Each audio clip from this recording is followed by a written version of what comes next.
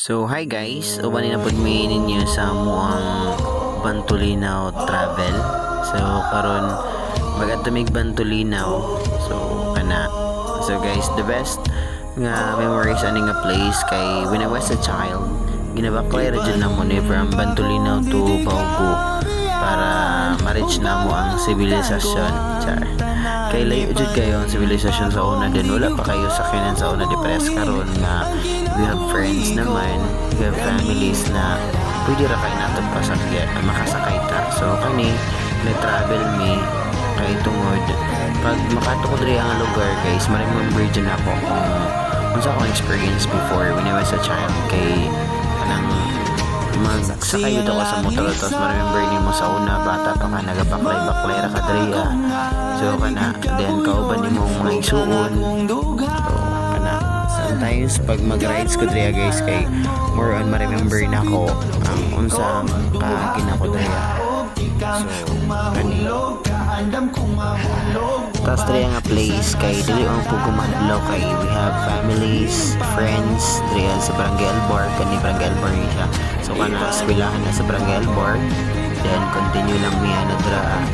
So kana dra guys, dra mi nagakabo kanang palikod dra nagakabo sa unang tubig kana then kay pasdalo na mo dito sa among baklayan pero Bantulinaw kay sa una in order for you to survive dapat na jugay tubig dala kay uhawon jud gani nga nakalayo. So kana padayon lang mi diri padayon na mi sa lantawan kay dra man jud mo ang kuan agihan o dalan padulong dito kana vertical sila landscape sa mua kani nera mi nagpaabot pa sa mga kauban nga si Jade ug si Kulot kay murag isod pud sila kana kami na mo vertic dra. So dra guys kana dra makita ang tibok Baugo kana dra stop mi kadali dan continue na pud mi padulong na dito sa Bantulinaw. So although mingaw na dra nga area guys pero kaning lantawan o kaning Barangay Alvar intensity Bantulinaw kay safety jud kay ni siya safety para sa mga gusto mag-adto diri mag picture kay maklaro ra jud pud ang Barangay San Antonio na makita po diri ang Barangay Lamyawan sa Milantawan and then ma-reach out ko na to ang kumbaga naagihapon na kuan seashore klaro kayo ang Barangay San Luis pod. So diri although mingaw siya pero and sa nakanindot mo dyan sa iya kay safety kay siya mag-travel mo then ang mga tao po diri kay kuan ra pod makaya rag hinabi or kaya rag storya. So kaya dra namin nasugatan gani na smile ko dra kana siya kana si Anteo nagbaklay na si Ante pababa so nasugatan namin na siya kay murag na pauli na pud na siya.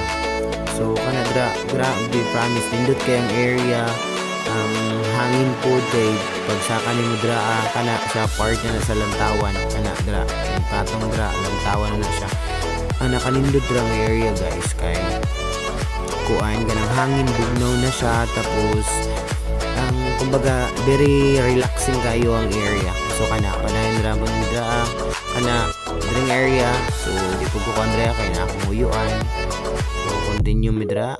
So naagyapon mga heavy equipment guys for kuan kaning road construction. So kana og klaro kayo ang seashore ug ang kuan dagat kana prendayon lang mi dra.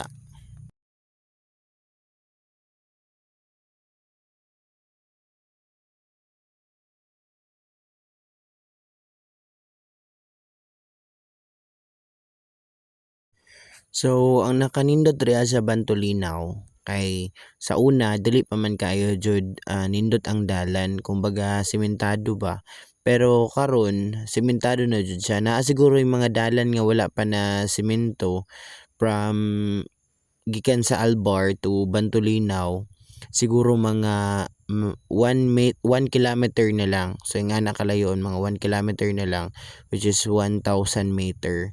So nga na lang siguro kalayon. Dili na kay siya as in taas jud kaayo nga dili sementado pero under construction pa man siya. So possible na kana na heavy equipment so under construction pa jud ang area. So hoping pohon mahuman na siya. So napud mi na encounter diri nga mga tao na maybe nagaano ni sila, nagalaag-laag pod kana sa may kilid Kato siya. So dara nag-stop mi kadali kay nagulat mi sa mong kauban kana. Diretso na mi. So dra guys kay maklaro kana dito nga area kay diha naga picture so highly recommended jud siya sa mga tao nga gusto mag-relax na apoy area sa daplin sa dalan nga pwede ra kay kahigtan sa duyan. So pwede ra kayo magdalag duyan dra, then duyan pagkahapon relax while nag cellphone kay naman po'y signal dra smart and kuan TM so naa dra. So pwede po diri mo diri sa Bantolina kung gusto po ninyo mo makihinabi og mga tao diri kani siya guys is part na jud ni siya sa kuan proper Bantolinaw na jud kumbaga sitio kana. So nakanindot aning area kay ang mga tao diri guys kuan ra kaayo kanang mga buutan kaayo makihinabi pud sila. So pag abot na mo diri hapon na nagsimba pud ang mga tao. So magdulaon tayo basketball pero wala na lang kay tungod bawal man jud pod na respeto na lang pud sa ila. Tas nagdiretso na lang may sa unahan ana adulay volleyball kay didto medyo nindot man pud volleyballan nya. Pag uli diretso sa akong uyuan dala pud ginagmay og kanang kamote. So thank you so much for watching. So i-share na lang og i-like. So kita na pud ta sa sunod na mo nga travel kung asa na pud mi magadto.